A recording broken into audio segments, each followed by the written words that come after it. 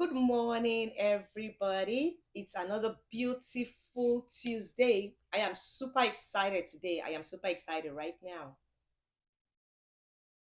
As we look forward to going ahead into a new year, I know your mind is probably on goals, is on your growth, is on the fresh start. But I need us to chat about just one more thing that should be on that list. That is your digital forecast.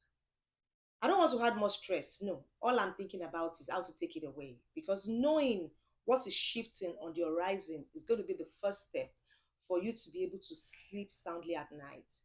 So, today we are not just going to be talking about the threats, we are going to be able to build a simple, actionable preparedness plan for the coming year. So, this is going to be my promise to you this morning.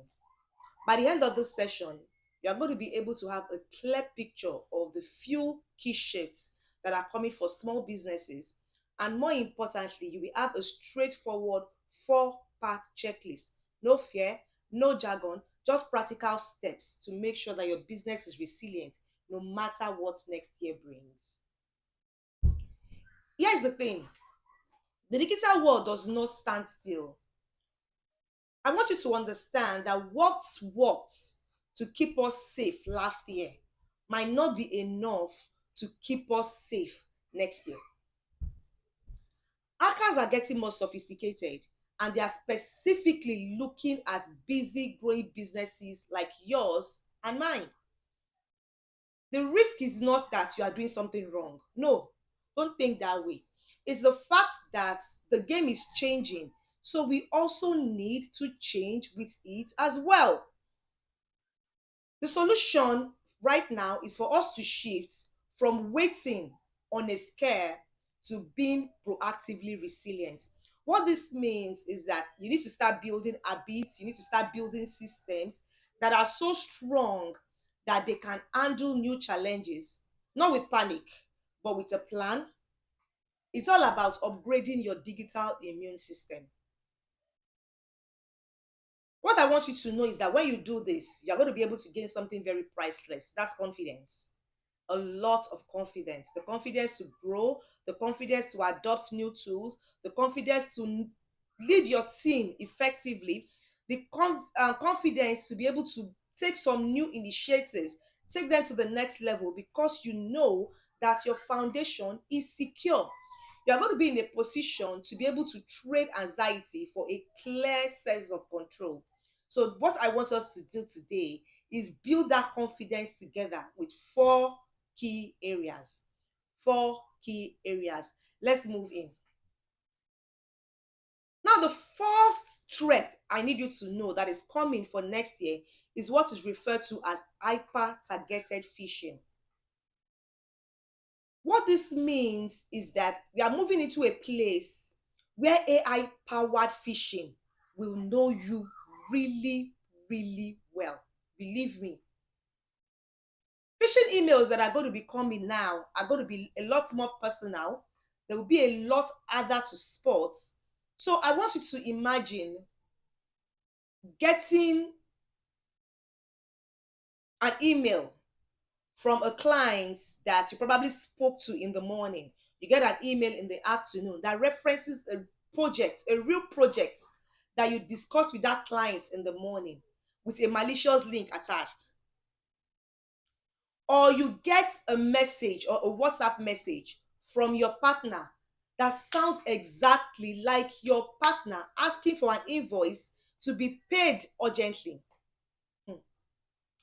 We are moving into a place where the fake is becoming more flawless. So, what are you going to do? Your defense this season is what I have called the human firewall protocol. We have talked about this several times. But this time around, I want us to split it into three parts. The first part is that I want you to have monthly 5-minute team chats. Not call it training. I think there is a psychology or there's a kind of mentality that the word training does to people. It shifts them into a space where they become aggressively in their spirits and they don't learn. So please don't call it training. What I need you to do is just share one example of a clever news scam on that 5 minute team chat every month. Now, the second thing I need you to do, we've talked about this as well, is the pause and question rule. I explained this explicitly when we were talking about the daily habits that can keep you safe. You can go watch the video to get a better understanding. Now, what the pause and question rule will do for you is that when you see any message, especially one that is unanticipated, one that you are not expecting, I need you, it may be a text message, it might be an email, it might even be a phone call. Any kind of message that you receive, I need you to take a pause for 30 seconds. That is the pause and question rule. Take a pause for 30 seconds before you take any action on it. When it is not anticipated or it is unexpected, it is extremely important that you don't react immediately. Give yourself some time to assimilate what you have heard. Give yourself some time to think about it, think through it, and decide on the next step of action. That is the pause and question rule. Number 3 on the human firewall protocol, what I need you to do is the double verify rule. We've talked about this severally. When you have any message that involves money, it's a request for money, a request for data, or it's sounding very urgent, the rule that you should establish is verify. Always verify. Verify through a separate channel. If you are getting an email, pick your phone, call the person. If you are on site with the same person, walk to the location. It is extremely important at every point in time that you verify through a separate channel from the one through which the message was sent. What I need you to know is that if you are able to install this human firewall protocol, you'll be able to transform your team from the easiest target into your most alert line of defense. That is how you build a culture of collective vigilance that no AI can easily track. No AI can easily trick. Now, the second threat I want us to look at, this is also very, very important: supply chain attacks. This causes what is called the ripple effect. What I need you to understand about the supply chain attack when they come in is that it puts you in a space where your security is now tied to your vendor's security.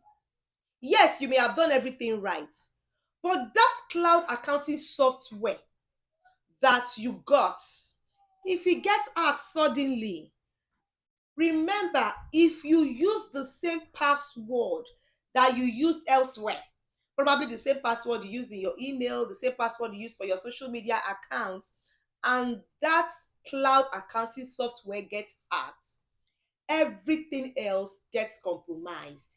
If anything else gets compromised on that side, that cloud accounting software automatically becomes compromised. You need to know that the attack that comes from a side door will come in ever before you realize that door was open. What I want you to do in this instance is to deploy what I have called the vendor vigilance habit. This will come with 2 actions. I think I've talked about this severally as well, but I still need you to take the step. Number 1, use your password manager to create a unique, strong password for every single app, every single platform, every service that you use. All of them need to have their own unique, strong password. Then number 2, I need you to add this question to your vendor onboarding questionnaire. Can you share your basic security and data privacy policy? That signals to them that you are a serious partner.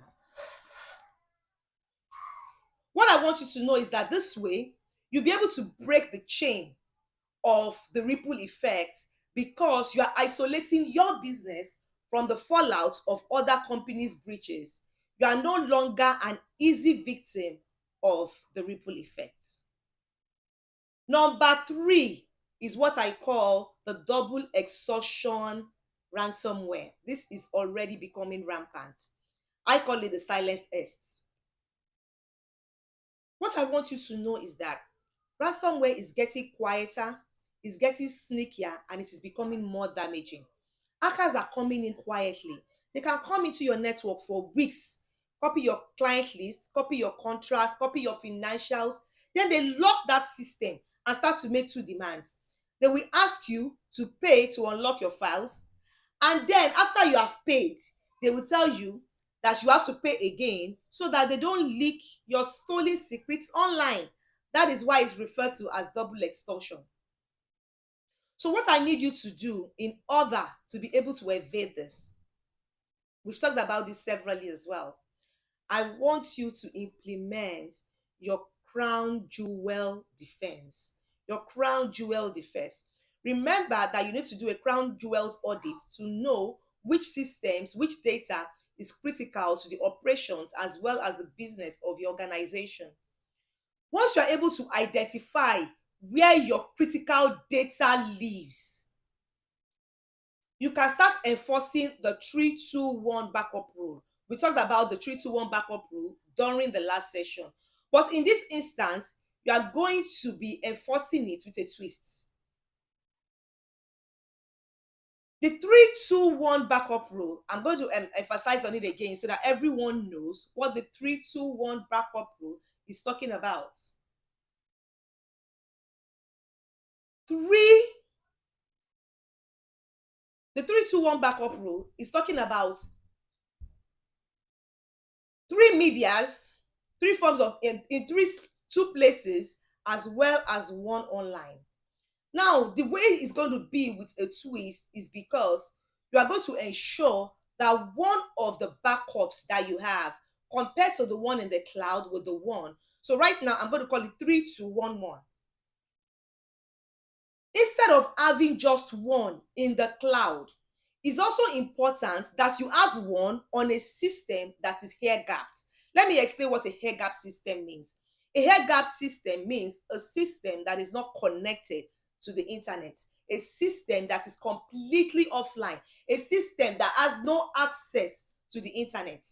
This is going to be just like an external drive that you only connect during the backup. So what you are going to do is that apart from having access to probably the one on the hard drive, the one on the external hard drive, the one on your USB drive, it's also important that you have access to one that is air gapped during the backup. So the only time you can connect it to the network or to the internet is when you want to do the backup. That is why it is called an air gap system. What I want you to know is that if it is not connected to the internet at any point in time, it becomes your untouchable safety net. And like I always remind you, ensure that if you have a backup in place, that backup is trusted and tested. Test it at every point in time to ensure that it is still working. When you have this in place, what you will do is that you'll be able to remove the attacker's leverage. Even in a worst case scenario, you're going to have a clean, restorable backup of your systems, and you will minimize the impact of any potential data leak because you have a way out. Remember, 3-2-1-1. 3-2-1-1. What that is invariably saying is that even if you're going to connect to a cloud service, I still need you to have a air gap system in place. Now, number 4, the remote work blind spots. Whether we want it or not, whether we believe it or not, remote work is here to stay.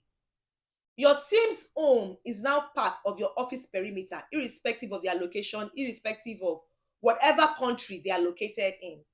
You need to know that when an employee is working from probably a coffee shop and he decides to connect to a fake free Wi-Fi system or a fake hotspot that is set up by an hacker, instantly their login credentials for your company systems will be intercepted. So what I want you to do is that you need to adopt the Secure Anywhere standard. What this means is that provide and ensure, in fact, I won't say encourage, provide and enforce the use of a company VPN for work, especially when they are working remotely. Whether they are working on public networks, whether they are working from home, whether they are working from church, whether they are working from anywhere. It may be a safe location, it may be anywhere, as long as they are working remotely, they need to use the company's VPN for them to be able to log into your company's network. What I also need you to do is that you ensure that you turn on the highest security settings in your collaboration tools. Your collaboration tools like your Slack, your Teams, Microsoft Teams, especially ensuring that it has MFA for all logins.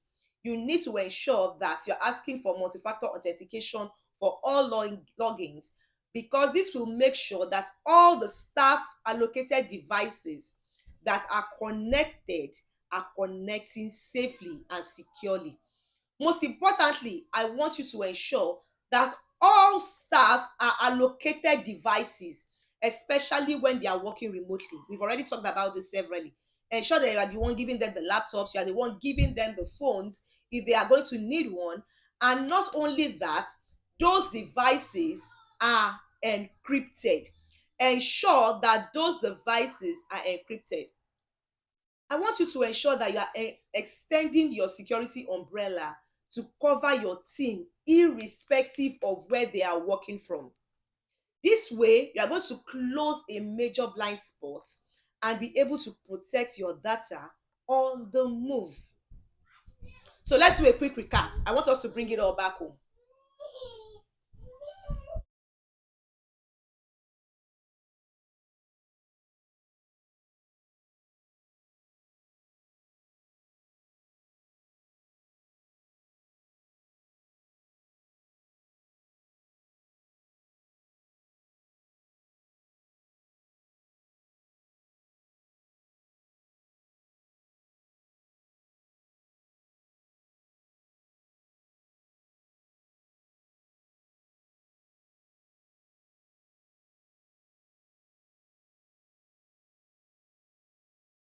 Like I said, it's very important that we bring it all back home. So I'm going to do a quick recap.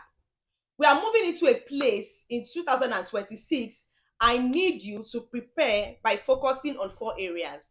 Number one, you need to beat AI phishing with a human firewall protocol, insulating yourself from supply chain attacks with unique passwords. Then eliminate double extortion ransomware with ear gapped backups.